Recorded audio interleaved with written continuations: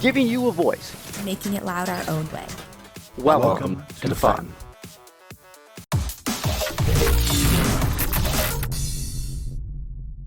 We're now going to talk to Barker Greybacks about their robot and their design process and their team as a whole. In this next section, let's discuss that.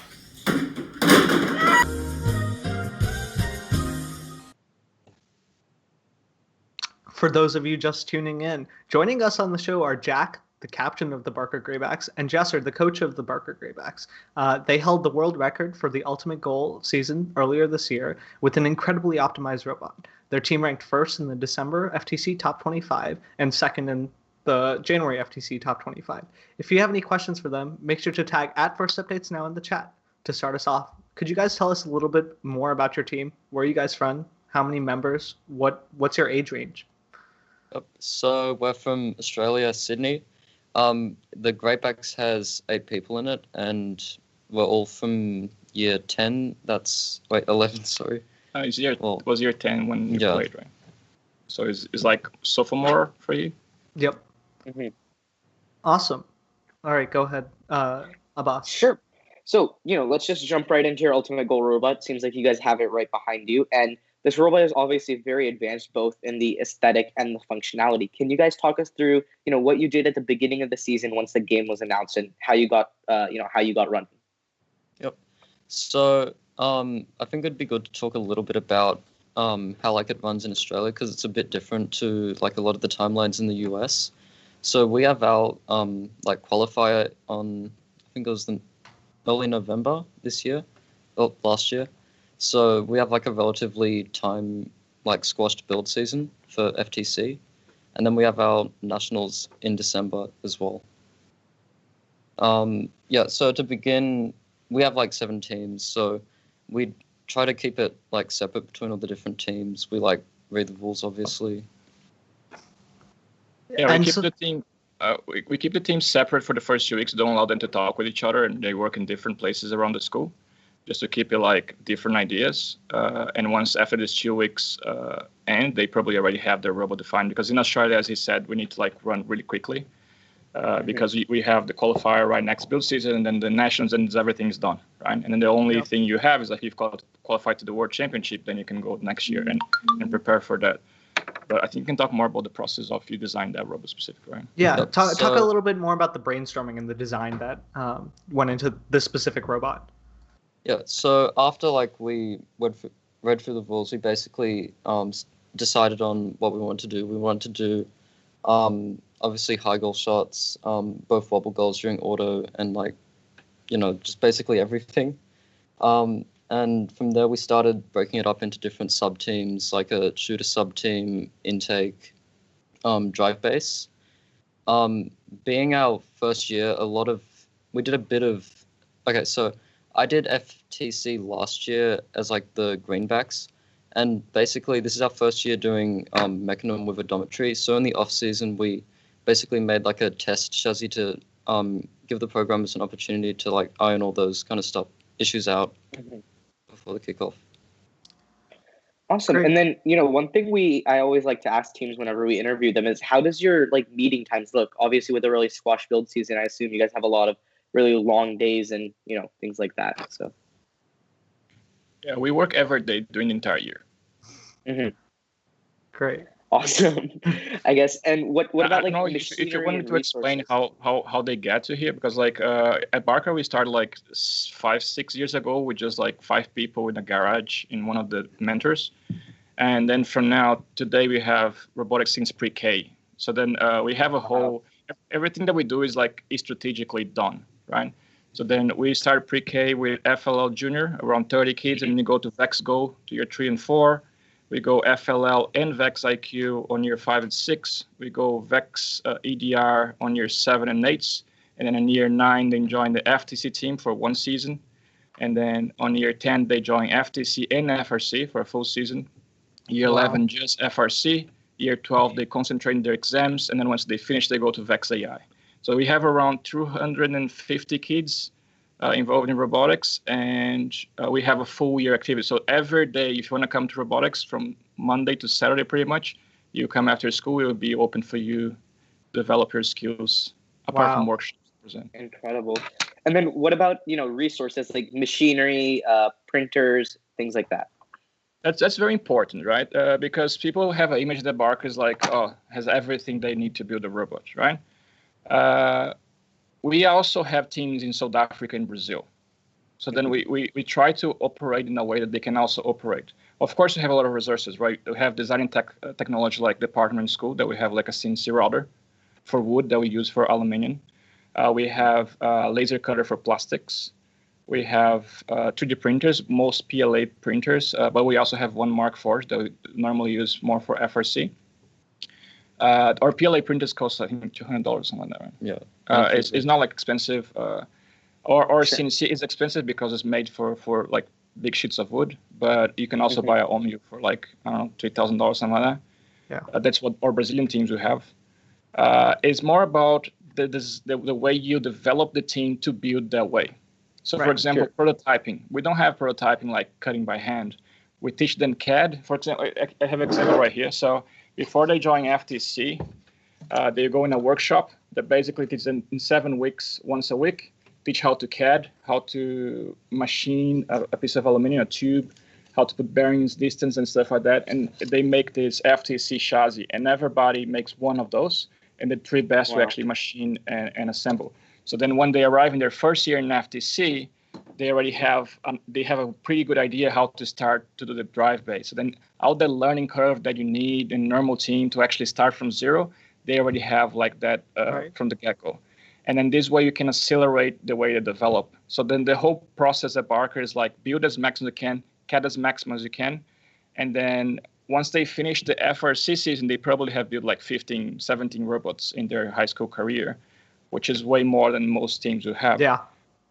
Right. There's allowed to go like a further step in less time. Makes sense. So before we move on, I really want to continue this conversation. Tyler, you had a promo for us? Yeah, just a couple things to talk about in general. Just for chat, one, just a reminder, we are playing Kahoot near the end of the show. So make sure you have Kahoot.it up and open. We'll give you the PIN code for that. The winner of that will receive a $25 gift card. We do have the stream in low latency mode, so it should load pretty quickly unless you got a potato for your internet. So we'll do the best we can on that. A couple other quick things. Some people have already noticed we've started a drop, a Fun Bucks drop going on. So we're looking to raise 50,000 Fun Bucks, which are completely free things you get for watching the show. If you contribute towards that drop, we're giving away a fun hoodie sweatshirt. So whenever we hit that goal, we'll give that away. And then however many Fun Bucks you donate, that's each Fun Buck is a ticket towards that. So I think we're already at like 5,000 or something like that. So if you have some and you want to spare them, you want to get rid of them, that's a great way to do that. Last but not least on there, and I just got rid of it for some weird reason, but we do have our Fun Future Educator Scholarship still open. Let me just bring that up real quick. So Fun Future Educator Scholarship, we're actually near about $2,000 on that. It's a Fun kicked in $1,000, and then we've been taking community donations, which we're up to close to $1,000 on that. So we're giving away 2 scholarships on that. And if you're interested in applying, you can go to firstupdatesnow.com /FVS 2021. There's a few other link shorteners for that too.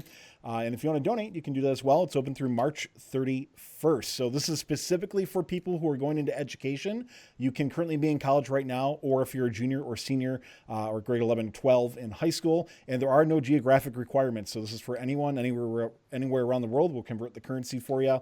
But we'd love to have you apply. We've already gotten some great applicants in. We're looking forward to giving that away. So thank you everybody who's donated for that. And hopefully you apply as well too. We'd love to have you apply for that. Once again, through the end of March, we're accepting applications and donations. So thank you everybody once again for who has done that. And we can't wait to get some great applicants there. All right. Awesome. Thanks, Tyler. Going back to our discussion. So you mentioned that you have competitions in November and then you have your national championship in December. Do you compete in just those 2 competitions? Do you have any more qualifier competitions? And do you iterate a lot between those 2 competitions, or does your robot mostly stay the same? Yep. So we have like the one qualifier for our state. Actually, with the rest of Australia, I think South Australia has a qualifier as well. Queensland has 2. Queensland as well. Yeah. So I think we've only had the actual state qualifiers in the last 2 years. Yep. Yeah, and then just like the one national. So on iterating, this robot actually hasn't changed mechanically since our qualifier in November. And so you're just mainly working on software and driver practice during that time Yep. to get those better so you can score higher. Awesome. One of the things that really stuck out from your robot was the shooter. You line up against the wall and then you can fire 3 shots, and because you shoot at a curve, it lets you get it in. Can you talk about how you adjust that curve? Because on Red Alliance, it's got to curve one way, while on Blue Alliance, you got to curve the other way. So can you talk a little bit about that? Yep. So basically, this whole thing, you can see basically there's a screw there. This whole plate just like swivels to the other side, and the hood is like mirrored on either side, so it can basically shoot either way. That's really awesome. Yep. So your shooter just shifts. Awesome. Really, really cool. And so then, do you also have angle aim for up and down, or is it just side to side? No, the angle is just static. Okay, cool. Okay. And then, so, you guys talked about this a little earlier, but how does having 7 different teams work?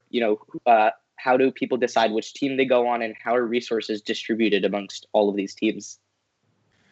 So we try to keep it as fair as we can with all the teams. So we have 4 teams that will be year 10s, and then 3 teams that will be year 9s, right? So then they are fully separate, independent. We have mentors that take care, like I oversee everything, but like we have mentors that I take care of these 2 teams, and other one take care of these other 4 teams.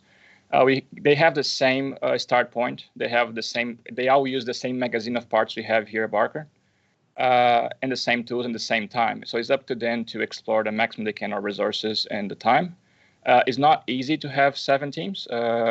It's impossible to give full attention to everybody at the same time. So sometimes they schedule time with mentors to get, like I said, Tuesday I'll get attention for 2 hours to present what I want to see, what it is, if I can have the scene see at that time and stuff like that.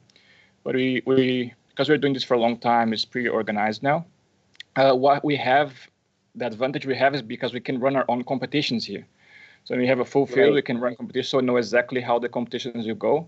And this is the reason, for example, the Greybacks decide to go on the wall for live competitions. It's because if you see in-person competitions, you cannot do what most teams do online. So then they decide to go for that. Just standing in the middle. Right, just standing in the middle and shooting from one place each time. Jesser, I gotta ask really you cool. a hot take question here that came up, and I'm not sure how you respond to this, but something that bothers me a little bit is that we talked about COVID earlier and how Australia has handled it, and the results have been very different than what it has here been in the States. And first, obviously, it's come out for FRC, and in many cases impacted FTC as well too, where they said, hey, no official events, that sort of thing. FTC is a little bit different. I mean, do you see that happening in FRC later on, or is that something, you being in Australia, do Australians look at that as that's not fair necessarily, that, what's happening here in the States is maybe impacting more teams across the world? First, COVID is not fair, right? That's fair. We are in Australia, but we have in South Africa, Brazil. I have a lot of friends in China, in America. So it's not fair for anyone to be suffering and going through this. It's no one's fault, right? So any decision that first takes on that, they have the right to do it, because nothing is right and wrong right now. For us, of course, we are sad that they said that we now have official events in FRC. I believe that we can roast these events like in Taiwan, New Zealand, and Australia. Of course, New Zealand will not have an event like that.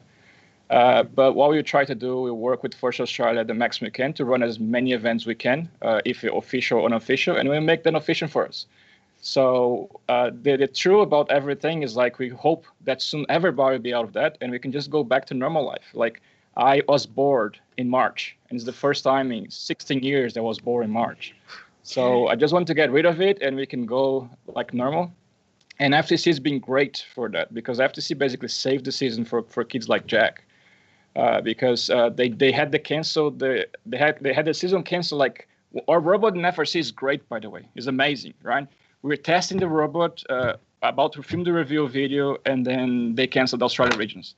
So then FTC basically saved them and gave them a reason to keep competing, and we actually managed to get a competition in Australia, which was great.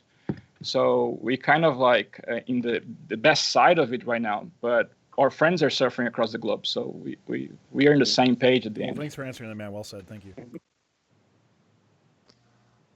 Awesome.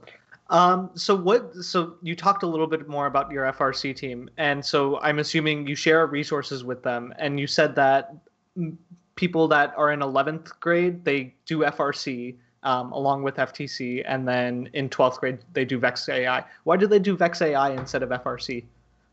That's important because it's about the season, right? For them, the year starts in February, the school year, and finishes in December. So then during the FRC season, they're doing all the preparation for the exams to get into uni. So once they finish that, which is around October, they still have 2-3 months to do Vex AI. So, and then Vex AI is in the right time to play in Australia, for example, or even if they go to champs, they can still go like in the other year. So it's like, it's about timing and how we schedule, because like our schedule is totally different than America, for example. Yep. Sure. Makes sense. And so, you guys, Barker Greybacks did incredible at the Australia National Championships, not only being the winning alliance captain, but also winning the Innovate Award. Did first in Australia confirm advancement to Worlds for you guys, or have you heard anything at all about Worlds in general? You cannot confirm advancement if they don't know if they have a competition, right? So nothing this year is confirmed. We literally they start designing the robot without knowing if we had a single competition. And we end up having like in-person competitions. So what we expect is like if they cancel the season, at least cancel champs for once and for all, and give us an online competition. Fix the randomization problem, and give us a proper like online competition. Right. So And then another question I had for you guys was about your awards. I think with your Innovate Award, what do you think contributed a lot to that? Was it just a really fantastic robot CAD, or interviews? Anything you want to add or talk about with that? I think a lot of it was just like the whole system just coming together and working, kind of like. Look at this. This is beautiful. It is. I don't think anybody's gonna disagree with you guys on that. How much does your robot weigh, actually? We haven't weighed it, actually. We don't even know. Less than 20 kilos because I can carry it. Great. So we got some questions in the chat. B Cyber 1, I'm assuming that's Brooks, asks, will you guys apply for MTI this year? So MTI is the off-season event in Maryland. Are you guys thinking about applying for that? If it's online, yes. Okay, cool. Mecha Muffin from the chat asks, what kinds of machining capabilities do you have? CNC tools do you have? So you said you had a CNC machine. You said you had a laser cutter. What size of these machines do you have? Okay, so that's very important because, yes, we have a CNC that's full sheet size. It's 240 by 120, right? But we also have teams in Brazil and South Africa. So then one of our mentors, Alistair, he bought a Omyu CNC, and he tested this Omyu CNC. He did a lot of stuff for FTC with that, and we bought the same CNC for our teams in Brazil. So then we know for sure that like that CNC can do the same as we do with the big CNC. It's just like it's different, right? But basically, our robots are fully custom. If you want specific about Greybacks, can say like how custom it is. Yeah. So, there's basically no Tetrix. It's like all like aluminium and a lot of 3D printed parts as well. Mm-hmm. So, but basically, a CNC is the only thing in CAD. If you guys don't mind, could you actually pick it up and just kind of show a few? Let's get a little bit closer on some features on it. The microphone. Yeah, so want to point out some parts that are CNC'd versus 3D printed, Jack? Yep. So, for example, like the Orion, like this bumper is 3D printed, and it basically holds the metal plates like in alignment so they don't bend. Because like the 3mm aluminium, once you weight save it, it gets a bit bendy. But like for example, the belly pan is like aluminium. Awesome. Oh, wow. Yeah, a lot of custom stuff there. Definitely looks like a well-designed, and it had to be catted beforehand. Otherwise, it would not come together robot. Yeah. I know as a mentor, I can say that like this is the first robot that Barker ever built that was finished in time and was done. When I say the robot was done, it's like it was done. And then they went to the goal was to reach 400 points, I think, in the beginning. Yeah. We know we can do it. So then it's like it was the first build season experience that I had that went to competitions and didn't need to change anything in between them. Wow. I know one thing a lot of FTC teams like to use are the Rotocaster 35mm Omnis, and if I'm not wrong, I think they're from New Zealand or Australia, right? Have you guys? Is the shipping time a lot less for you, or are you guys just not using them? Yeah. So we're using the Rotocasters. I think these are actually the 25mm ones. Wow. Oh wow. Yeah, they're smaller than the. Actually, wait, no. 40. Wait, no, I think these are 2-inch. I don't know. Yeah, I think these are actually bigger than the odometry wheels that most people are using. Okay. Yeah. But they are still Rotocaster. Cool. Yeah, if you want to claim that we have advantage of shipping Omni wheels for odometry, everything else is a disadvantage, right? I think it evens out, Jesser. No more complaining from Australia. Yeah. All right, before we move on to the next question, make sure to log on to Kahoot. Get ready. We're going to have Kahoot trivia for a chance to win $25 after this discussion. So definitely make sure to check that out. We have a game pin for the Kahoot. What is? Yeah, let me pull up the game pin. 1 second. The game pin is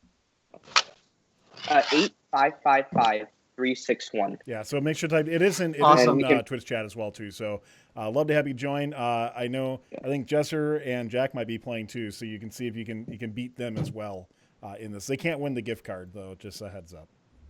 Sorry guys. Oh. So we got Poofy Jack at 254 asking, for your design, why did you guys decide on optimizing the rings to curve instead of being straight? Yep. So during we basically designed this robot with like the possibility of in-person competitions in mind. So especially being like our first year doing like full odometry, everything like that kind of stuff, we weren't like that convinced about whether we could rely on it during a comp. So basically having the shooter curve allows us to use the wall as a hard stop, and it's also like where the drivers stand, so it's like easy to tell whether it's in the correct place. Awesome. And how many points do you expect to get in the future? Mr. Cool asked that on Twitch. For this robot, I think we can break 400. If there's like an online champs, though, we'll probably do another one. Awesome. And did one of the 7 robots score in the low goal? Was that their strategy? Viv Mancha asked that. Yes, we have one robot that was the strategy was to score in the low goal. Okay. But mainly because they didn't have enough time. They knew that with the school tasks they had, they couldn't have enough time to do something else. So then they already decided they started strategy doing that, and they actually achieved that. Awesome. And Festive Vader 8417 asks, how did you get that gray color scheme on the aluminum? Like, it looks like it's a lot more dull. Did you anodize it, or did you do something to make it a lot less shiny? Sure. Jack explained that. Yeah, so we're originally going to do black, actually. So this is like the primer on the metal, and we just painted it and started like it. Because like they were applying the primer, and we have like a paint booth in the school, and they opened the door, and now the dust from the ground went and attached to the robot. So it's actually textured, and it's just dust. So and then we end up leaving with the primer, and then we painted the numbers with Sharpie. So it's very, very, very high quality. Awesome. All right, that's going to end our questions that we have for you. Is there anything that you guys want to plug before we move on to trivia? Anything that's going on? Anything you're excited about for the future? For me, it's like I want to have the competitions back. I want to have an online FTC champs, and that's pretty much it. Yep. Awesome. And Jack, you're now the FRC captain, so congrats on that, and we're excited to see what you guys do in FRC this season. Thanks for watching. If you want more fun content, be sure to subscribe and ring the bell to be notified about our latest videos. Keep the conversation going and provide your input to our content. Watch our live shows at twitch.tv/firstupdatesnow. Join our Discord at discord.gg/firstupdatesnow and check out Fun FTC on Facebook, Instagram, and Twitter, and First Updates Now on Facebook, Instagram, TikTok, and Twitter.